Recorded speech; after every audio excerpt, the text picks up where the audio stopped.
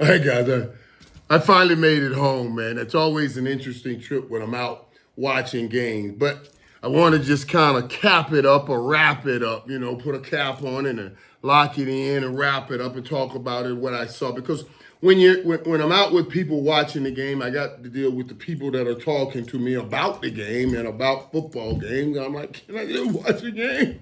Can I watch the game? Even when the game concluded, they started, playing other stuff and other noise in the places, sports bar I was watching the game. So, because I couldn't make it home. So what I had to do was run outside. I ran outside and had to watch it on my iPad. That's why, I wanted to kind of wrap it up here because I didn't get a chance to really wrap it up like I wanted to and give right love because I was in my emotional moment.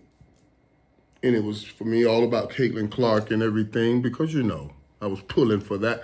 But the right way of doing it is giving Dawn Staley her love.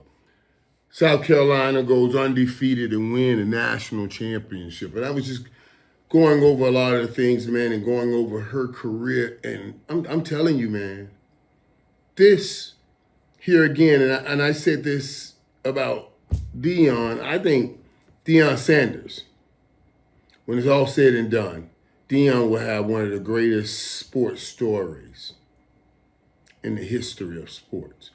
Think about it.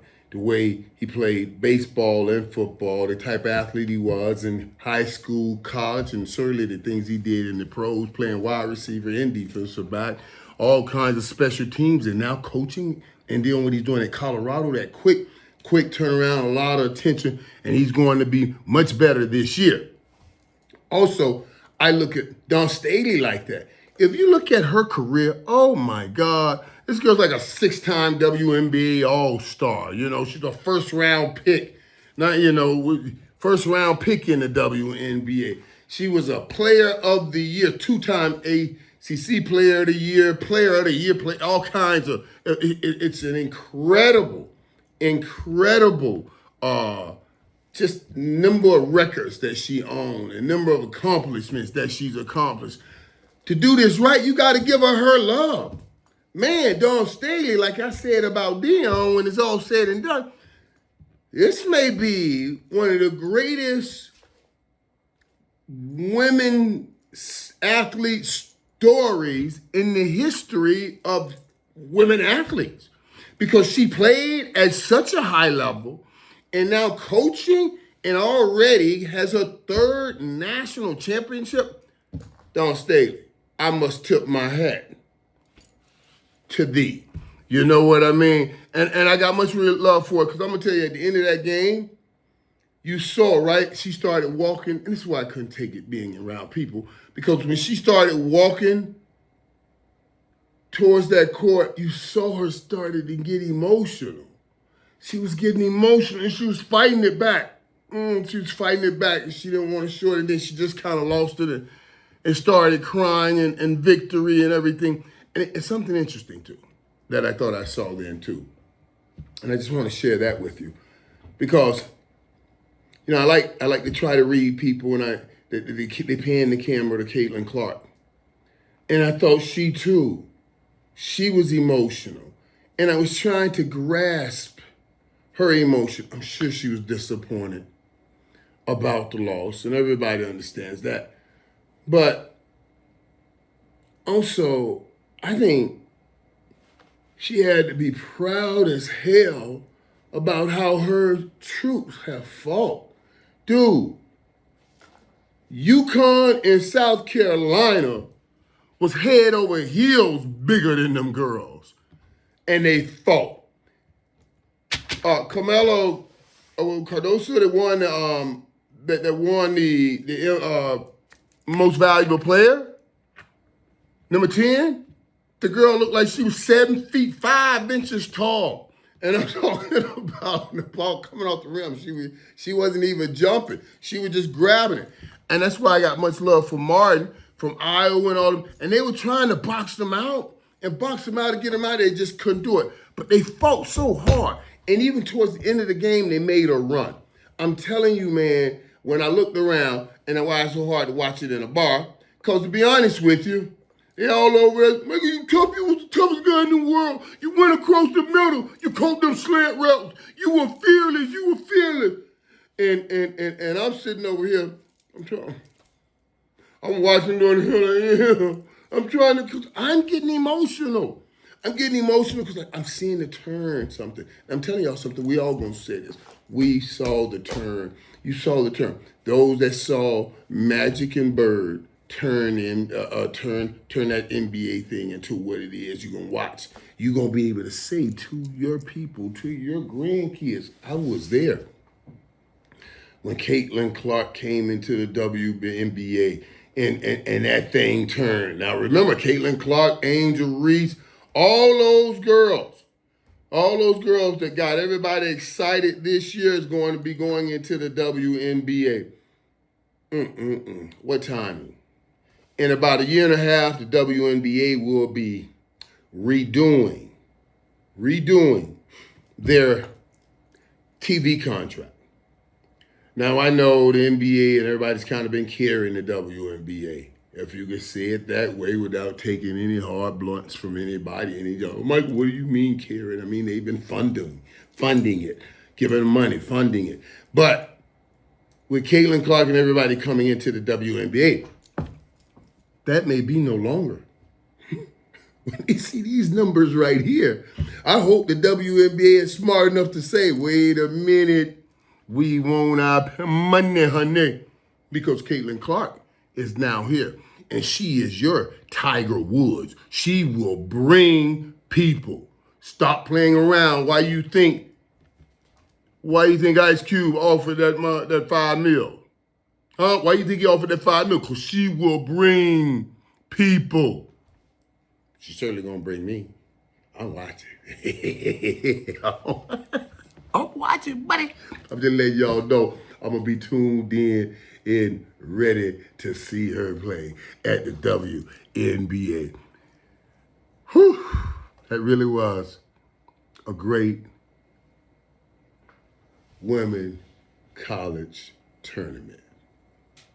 We'll see how this thing works out tomorrow for UConn and Purdue, because that's a great battle too now. That's a great battle. Purdue, after the disappointment last year, bouncing back now, making it to the final as the number one. And then also UConn trying to do back-to-back. Back-to-back. I was listening to Coach Hurley talk about the opportunity to join the few coaches, and you go look at those coaches who have won back-to-back titles, the names that he can be among. He said to the guy that was interviewing him, I forgot who it was, he said, don't even mention it to me. I can't have that bouncing around in my head.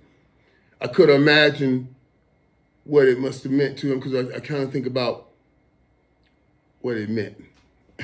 To me, the first time somebody really put me in the same category as Jerry Rice. See, Jerry Rice was in my locker in college and in the pros.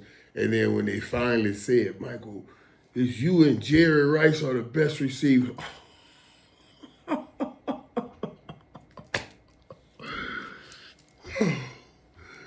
I guess Coach Hurley must have felt something like that today.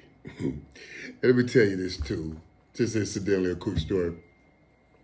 When I first met Jerry Rice, I met him at the Pro Bowl, my first time meeting him. I had won Receiver of the Year in '92, and I was standing out by the pool in Waikiki, and Jerry Rice came up to me. He came up behind me. He said, hey, Irv. I knew it was Jerry Rice. I said to myself, oh my God. Jerry Rice just called you. I said, it's Jerry Rice, man. I mean, literally had to do picture in my locker every day. I said, I am chasing you. I honor you. I called him Jesus in cleats, because that's what he was to me. That's what he was, He said, hey, Irv. I said to myself, Don't say anything, Michael. Make him call your name again. He said, hey, Irv. I said, oh, what's up, man? You know what he said to me? He said, great job this year. I chased you all year. I ain't get you. He said, but I'm already training. I'll get you next year. I said, this joker, that's the he can't just say hi. He can't just say congratulations. You can't just say, man, wanted to meet you, what's up? He can't ever stop competing. I learned that day. You want to be great? You can't ever stop competing. That's why. That's why I call him Jesus in cleats. You can't ever stop. And those girls, they never stop competing. You have nothing to be ashamed of if you are Iowa. You in a land of tall trees, and you got some saws, and you were cutting down some trees. You did your thing, girl. You wrote your name in the books. I'm talking about all the Iowa's whole team. They wrote their name in the book. They did something that I thought was incredible. Came up a little short, just a little short. You think about it, you went to LSU. You had to go to UConn. And you ended with South Carolina. Those are the three juggernauts, the three biggest juggernauts in women college basketball, period. Those right there are the juggernauts. It was a hell of a mountain you climbed, and y'all gave a great effort. I got to let it go at this. I got to let it go right there at that. What? That's all right. I better let it go at that. I'm going to let it go. Girls, congrats on a great job. Way to entertain, way to uplift, way to inspire, way to move the needle. Because you guys moved the needle with this tournament.